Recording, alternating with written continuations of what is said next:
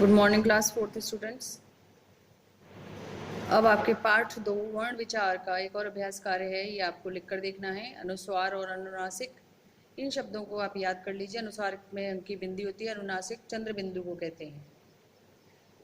क्योंकि जब आप और बड़ी कक्षाओं में आएंगे तो ये आपके कक्षा में पढ़ने के लिए आएंगे। हिंदी में, व्याकरण में ये आपके बहुत आगे की काम आने वाले शब्द हैं और ये मात्राएं हैं। ये आपको आना चाहिए कि अनुस्वार क्या है और अनुनासिक क्या है।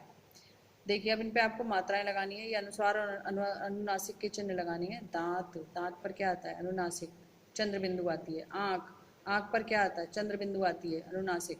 पंख, पंख में अनुस्वार आता है, ऊपर चंद्र एक बिंदी आती है अंग की, पा पतंग पर। पतंग, पतंग में आपको पता है क्या आता है? ता तरबूज पर अंग की बिंदी आती है, जिसको हम क्या कहते हैं? अनुस्वार।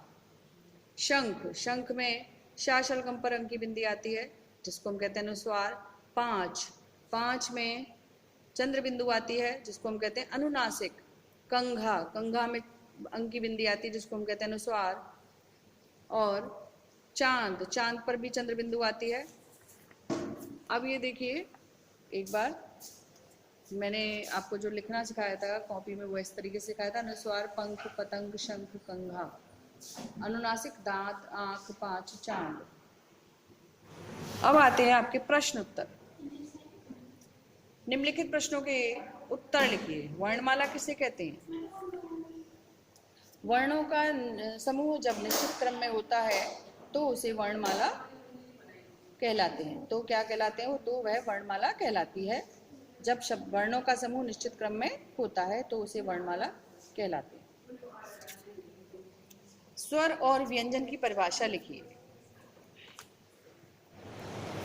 स्वतंत्र रूप से बोले जाने वाले वर्ण स्वर कहलाते हैं। इन्हें बोलने के लिए अन्य वर्ण की सहायता नहीं लेनी पड़ती है। इसके विपरीत जिन वर्णों के उच्चारण स्वतंत्र रूप से न होकर स्वरों की सहायता से होते हैं वे व्यंजन कहलाते हैं।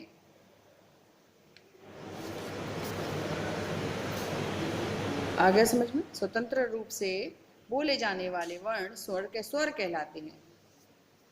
इन्हें बोलने के लिए अन्य वर्ण की सहायता या आवश्यकता नहीं होती।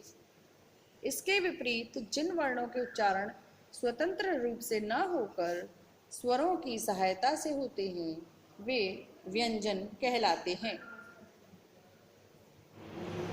संयुक्त व्यंजन और संयुक्ताक्षर में क्या अंतर है? उदाहरण सहित बताओ। दो तरीके के होते हैं, देखो, संयुक्त व्यंजन और संयुक्ताक्षर। संयुक्त व्यंजन मैंने आपको बताया, दो व्यंजन से मिलकर जो बने हैं हमारे, जैसे छा क्षत्रिय और त्रा त्रिशूल, ज्ञा ज्ञानी, श्रा श्रमिक। अभी देखिए कैसे याद करेंगे आपको। दो अलग अलग व्यंजनों से मिलकर बने व्यंजन जो अपने मूल स्वरूप से भिन्न होते हैं संयुक्त व्यंजन कहलाते हैं। हिंदी में श, त्र, ज्ञ, श्र चार संयुक्त व्यंजन होते हैं। क, आधा क और श बन गया त और र, त्र बन गया आधा ज और य, ज्ञा बन गया आधा श शलगम और र, श्र बन गया।